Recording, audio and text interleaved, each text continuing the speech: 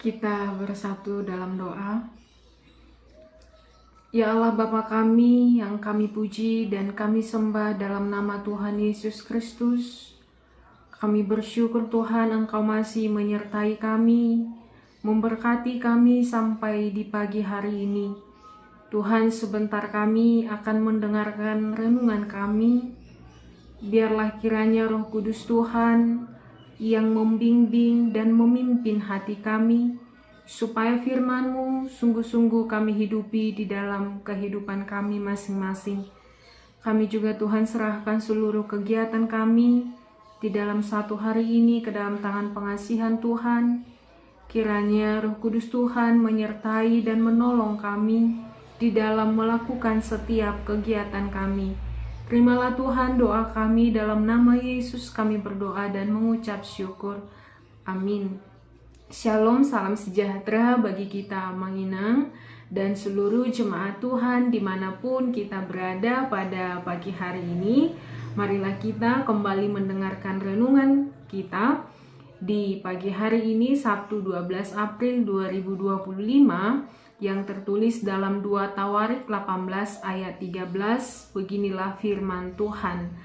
Tetapi Mika menjawab, demi Tuhan yang hidup, sesungguhnya apa yang akan difirmankan Allahku, itulah yang akan kukatakan.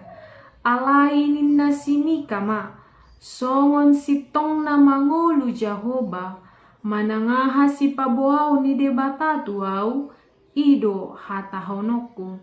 Demikian pembacaan firman Tuhan. Amanginang dan saudara-saudari yang dikasihi oleh Tuhan Yesus Kristus, mengatakan sebuah kebenaran bukanlah suatu perbuatan yang mudah untuk dilakukan. Karena orang yang menyatakan kebenaran seringkali dibenci dan diperlakukan tidak baik oleh orang-orang yang tidak menyukainya. Demikian halnya dengan nats renungan kita pada pagi hari ini. Di dalam kitab Tawarik ini terdapat dua raja, yakni Raja Ahab dan Raja Yosafat. Raja Ahab mengajak Raja Yosafat untuk bersekutu, berperang, merebut daerah Ramot Gilead untuk memperluas kekuasaan mereka.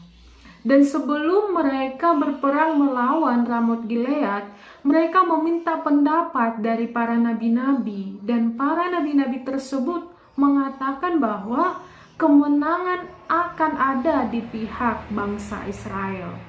Amanginang, hal ini berbeda dengan Raja Yosafat, raja bangsa Yehuda. Pada saat itu Yosafat tidak yakin dengan kemenangan yang akan mereka dapatkan. Maka dari itulah Yosafat kembali mengumpulkan nabi-nabi yang jumlahnya 400 orang, yang salah satunya adalah bernama Zedekia, seorang nabi palsu yang menubuatkan kemenangan Israel. Tetapi Yosafat juga tidak yakin dengan ungkapan Nabi Yezekia, Nabi Zedekia, nabi palsu itu. Maka dia kembali mencari nabi untuk menanyakannya ulang. Dan dalam hal ini Raja Yosafat memanggil Nabi Mika. Amanginang, nubuat yang disampaikan Nabi Mika ternyata berbanding terbalik dengan yang disampaikan oleh nabi-nabi palsu. Nabi Mika mengatakan bahwa kemenangan tidaklah berpihak pada bangsa Israel, tetapi justru sebaliknya. Ungkapan dari Nabi Mika inilah yang membuat Raja Ahab marah dan membenci terhadap Mika, membenci Mika. Bahkan Mika harus menerima hukuman penjara akibat dari perbuatannya yang menyatakan kebenaran. Amanginang dan saudara-saudari, oleh karena ketidakpercayaan Raja Ahab terhadap ungkapan Nabi Mika, maka Raja Ahab kalah di dalam peperangan. Sementara Raja Yosafat mendengarkan apa yang diutarakan oleh Nabi Mika, sehingga Raja Yosafat selamat dari peperangan tersebut. Amanginang, dari penjelasan tersebut kita dapat melihat bahwa Raja Ahab lebih suka kepada nabi-nabi palsu yang menyampaikan hal-hal yang baik saja didengar oleh telinga.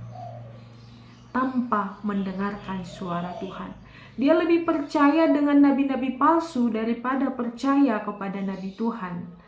Amang Inang dan saudara-saudari, dari kisah ini kita boleh belajar bahwa di dalam menjalani setiap kehidupan, setiap pekerjaan, kita harus mendengarkan suara Tuhan. Suara Tuhan bisa saja kita peroleh dari orang-orang yang berada di sekitar kita, dari para hamba Tuhan yang dipakai Tuhan untuk menyampaikan firman-Nya. Firman yang disampaikan, itulah yang harus kita lakukan. Itulah yang harus kita percayai. Itulah yang harus kita imani. Itulah yang menjadi pegangan kita dalam menjalani setiap proses kehidupan kita di dunia ini. Maka dari itu jangan seperti Raja Ahab, Amang Inang, yang mau melakukan jika ungkapan itu baik didengar olehnya. Dan perlu kita ingat, Amang Inang, bila kita mendengar suara Tuhan dan hidup bersama Tuhan, kita mampu menghadapi siapapun. Tetapi sebaliknya, tanpa Tuhan kita akan kalah menghadapi siapapun. Menaati suara Tuhan, kita mampu menghadapi tantangan besar apapun itu. Tetapi mengabaikan suara Tuhan, kita tidak akan mampu melewati tantangan kehidupan sekecil apapun itu. Maka dari itu, Amang Inang, renungan ini mengajak kita supaya kita senantiasa percaya pada Tuhan dan percaya pada firman-Nya. Amin. Firman Tuhan. Kasih karunia dari Tuhan Yesus Kristus serta kasih setia Allah Bapa dan persekutuan Roh Kudus memberkati dan menyertai kamu sekalian hari ini, esok, dan sampai selama-lamanya. Amin.